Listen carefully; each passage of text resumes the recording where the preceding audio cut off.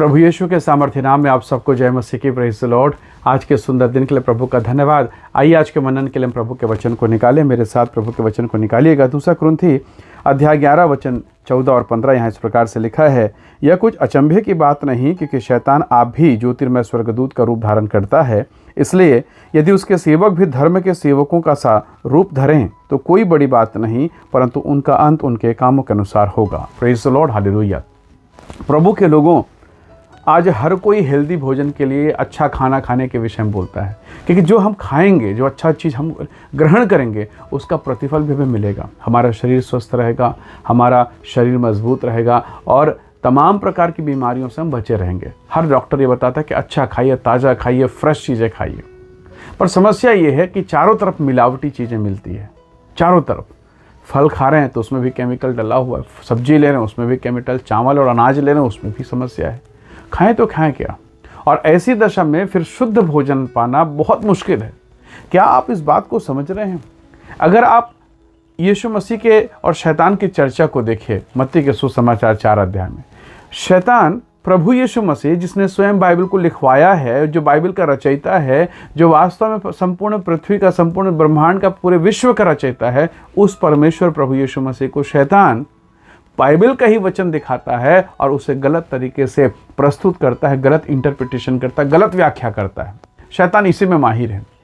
प्रभु के लोगों, वो मिलावट करने में मास्टरी है, उसकी विशेषज्ञता है। उत्पत्ति के पुस्तक जाकर कहते, क्या सच में परमेश्वर ने तुम्हें ये फल खाने को मना किया है? कितने अद्भुत तरीके से वो प्रश्न बनाता है और ऐसा प्रश्न बनाएगा, ऐसा स्थिति पैदा करेगा कि सुनने वाला व्यक्ति विचलित हो जाएगा। और यही आदम और हव्वा के साथ हुआ। यीशु मसीह के पास भी वो आया, लेकिन यीशु मसीह विचलित नहीं हुए। यीशु मसीह ने वचन का जवाब, मिलावट वाले वचन का जवाब शुद्ध वचन से दिया। Praise the Lord, hallelujah. प्रभु के लोगों, यदि आज आप मिलावट का खाना खाएं, आपका शरीर दुर्बल होगा। उसी रीति से बहुत सावधान हो जाएं। हम सबको सावधान होने की आवश्यकता है। यदि आपने मिलावट वाला वचन सुना, वो आपकी आत्मा को बीमार करेगा, वो आपके आत्मिक जीवन को कमज़ोर करेगा। आप दुर्बल हो जाएंगे। बाहर से बहुत अच्छा दिखेंगे, पर अंदर में फिर वो धीरे धीरे शुरू होगा और ऐसा होगा कि एक समय होगा जब आपकी आत्मा कमज़ोर होगी। फिर इसका उपचार क्या है? शुद्ध भोजन कहाँ मिलेगा? पवित्र भोजन, आत्मिक भोजन की मैं बात कर रहा हूँ। पतरस कहता है, अगर पहला पतरस 2 अध्याय 1 और 2 कर पढ़ें तो लिखा है, निर्मल आत्मिक दूध की लालसा करो।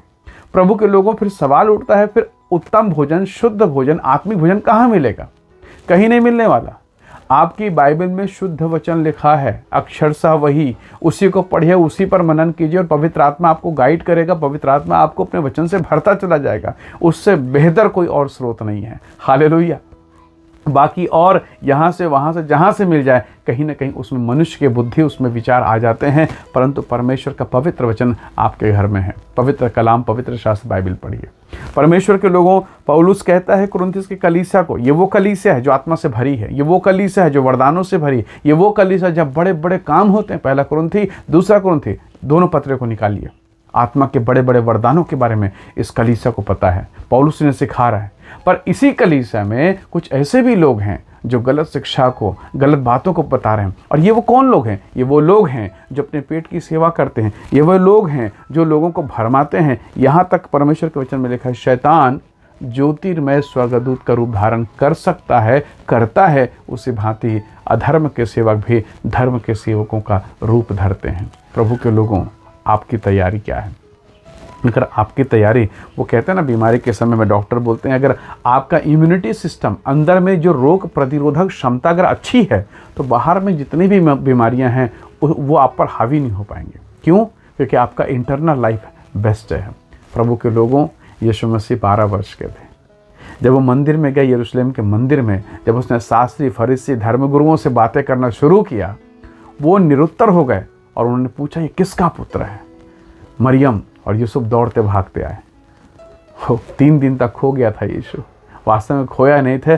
3 दिन तक धर्मगुरु वहाँ के अगुओं की स्थिति गंभीर हो गई थी, क्योंकि उनका सामना प्रभु यीशु मसीह से है। क्यों ऐसा हुआ? मैं समझता हूँ, मरियम ने केवल यीशु को दूध नहीं पिलाया, परंतु परमेश्वर का जीवित वचन भी उसे दिया है। हालेलुया। हम भी अपने आप के लिए, अपने आत्मिक जीवन के लिए, पत्नी, बाल बच्चों, घर के लिए हम परमेश्वर के वचन को महत्व दें। परमेश्वर के लोगों, प्रभु के पवित्र शास्त्र को, परमेश्वर के पवित्र वचन को पढ़िए। जब ये खुलेगा, जब ये खुलेगा, भजन 119 से 130 में लिखा है, उसकी बातों के खुलने से प्रकाश होता है। आपका घर उजियाला होगा, आपका लाइफ उजियाला होगा, आपके जीवन में मार्गदर्शन मिलेगा, पवित्र आत्मा आपको गाइड करेगा, प्रभु का आत्मा आपका मार्गदर्शन करेगा, आपको ऊंचा उठा कर लेकर चलेगा। यहोशू के पास सोचिए, मूसा को परमेश्वर ने दर्शन दिया जलती झाड़ी में, उसे लाठी दी, वो हाथ उठाता चमत्कार होते। पर आप जानते हैं, इसके बावजूद, इन सारे वरदानों के बावजूद मूसा सारी कलीसिया को कनान लेकर जा नहीं सका, खुद नहीं गया, खुद भी नहीं जा सका। पर यहोशू के जीवन को देखे, क्या उसके पास लाठी है? नहीं है। उसके पास चमत्कार है? बिल्कुल नहीं। क्या उसने जलती झाड़ी में परमेश्वर को देखा? बिल्कुल नहीं। फिर कैसे कनान लेकर गया? यहोशू की किताब 1 अध्याय को आज जरूर पढ़िए। वहां परमेश्वर ने कहा, मेरा दास मूसा मर गया है, जैसे मैं उसके साथ रहा वैसे तेरे साथ भी रहूंगा, पर एक कंडीशन था, ये जो व्यवस्था मेरे दास मूसा ने तुझे दी है, न दाएं मुड़ना न बाएं मुड़ना, तब तू जहां जाएगा मैं तेरे साथ रहूंगा, तेरा काम सफल होगा। उस परमेश्वर का वायदा है मेरे इस वचन से, न दाएं न बाएं। हालेलुया। हम कई बार मुड़ते हैं और फिर निराश होते हैं, फिर तकलीफ़ों में आते हैं। आज के इस दिन में परमेश्वर को धन्यवाद कीजिए और कहिए, प्रभु मुझे शुद्ध आत्मिक भोजन दे। प्रभु पवित्र आत्मा के सामर्थ आपके भीतर में कार्य करेगी। आप वचन पढ़ेंगे और प्रभु आपको तृप्त करेगा, और फिर जो अंधकार आपके चारों तरफ, आपकी फैमिली में, आपके परिवार में है, वहाँ एक ऐसी रोशनी प्रभु चमकाएगा जिसकी कल्पना आपने अब तक नहीं की है। प्रभु आप सबको बहुत आशीष दे। आइए दुआ करें। प्रेमी अनुग्रहकारी स्वर्ग पिता, अपने वचन को भेजकर अपने लोगों को चंगा कर, मसा कर, आशीष दे, और इनके जीवन पर तेरी महिमा प्रकट होने पाए। यीशु मसीह नासरी के नाम से इन्हें आशीषित कर, और जिस बंधन में है वे टूट नहीं पाए प्रभु जी। आपकी सामर्थ कार्य करे प्रभु, और हमारे अंतःकरण को, हमारे अंदरूनी आत्मिक जीवन को आप मजबूत करें, आशीषित करें। धन्यवाद पिता, प्रार्थना सुनने के लिए प्रभु यीशु के सामर्थी नाम से मांगते हैं। आमीन, आमीन।